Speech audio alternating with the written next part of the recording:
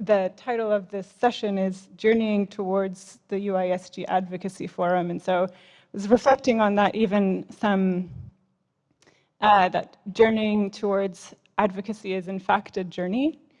And an African proverb that I'm sure many of you have heard and has really struck me and stuck with me is that if you want to go fast, go alone, but if you want to go far, go together. And so, of course, the question that remains is, how do we do that together? How do we go together? And when we were speaking of hope earlier, maybe it's naive or too hopeful to say, but maybe we are beginning to listen better.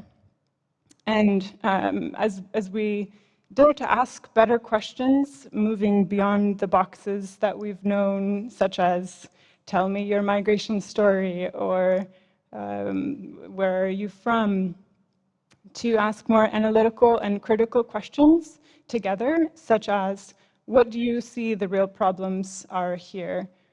Can you help me to define them? Or how can we look at that problem together and turn that into a list of needs? What do you see the needs are in this particular situation, or even within this context that we are in together? Which can lead to intentional empowerment efforts and allow us to journey alongside each other better for the long haul. As we're learning to listen better, we're also receiving different groups of people with new voices to listen to, such as the Ukrainians, as was mentioned earlier, and also the youth coming from Afghanistan, who are bringing new ideas, new perspectives for us to consider together. The last 20 years in Afghanistan have been hugely transformative for the young people, which is completely different from the generation of their parents who lived under the previous Taliban rule. In the view of these young people, their ambitions and their push for the recognition of human rights, in addition to the efforts of democracy in the fight for women's rights and access to education, and even in women's athletics, which is beautiful, these are being recognized and being listened to as a new contribution. During a recent meeting with an Afghan client of mine, as I was helping him to write his CV and cover letter for applying to the University of Bologna, we were writing the cover letter as a brief explanation of why he now lives in Italy. And it was in this meeting that it first registered with him that he actually fled his country, that he is in fact a refugee.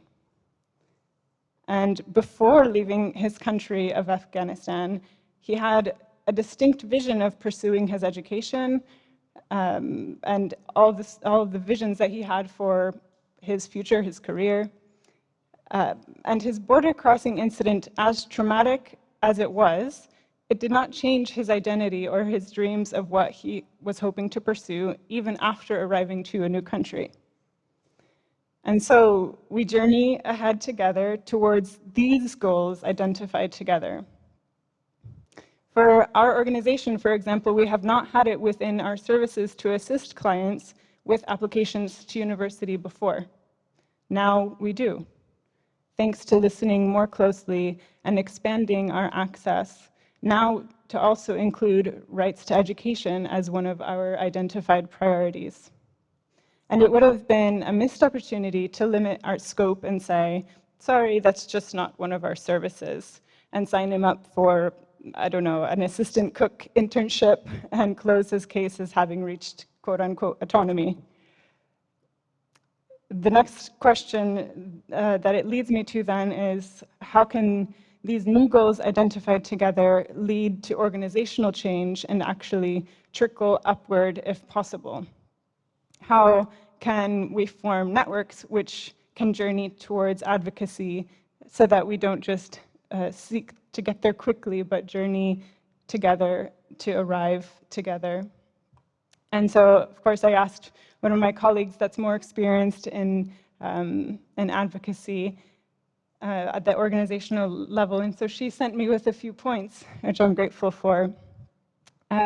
She said the importance of connecting over issues rather than dividing ourselves over faith, denomination, or sector, which of course is shared by the people in this room in a very noticeable way.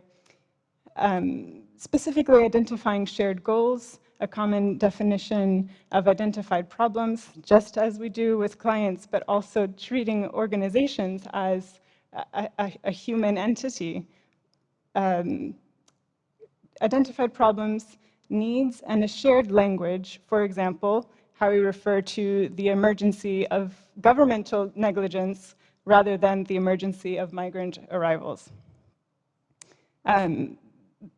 There are already numerous examples of connecting over shared issues, shared language.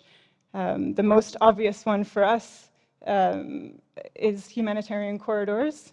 That project, which was devised specifically as an ecumenical initiative and is an example of multi-stakeholder engagement involving the Ministries of Foreign Affairs, the Ministry of the Interior, international organizations such as IOM and the UNHCR, faith-based organizations, of course, FCHE, Caritas, Sant'Egidio, and others, also secular organizations such as Open Arms, which has supplied the planes for the corridors for people to be flown safely into Italy. And this is also a partner of our AMIF and COMET project. So the second point that my colleague had shared with me is the need for both formal and informal connections. And as Janet had mentioned, there's a need for relationships built on trust. And so there can be no joint advocacy if there's no communication and if we do not know which issues concern us all. Good and regular communication is fundamental, but so is building, in fact, relationship and trust, that we have the foundation for joint action. Regular events with key discussions, perhaps hosted by different actors at different times, and creating specific working groups. Informal connections are also part of what can shape this trust, in addition to formal events. One, of course, challenge is that we're already overloaded with information, so finding ways to communicate key messages with the people who have identified themselves in a specific interest. Not everyone is interested in everything, so making opportunities for specialized interest and also plenary shared listening times. And finally, a point which she had shared with me also was that talking needs to be followed up with action. And so creating moments for follow-up. What will be, for example, the reporting mechanism and how can that be shared? Who can take the responsibility within each organization for keeping everyone connected? And how can issues for joint advocacy be identified for next steps?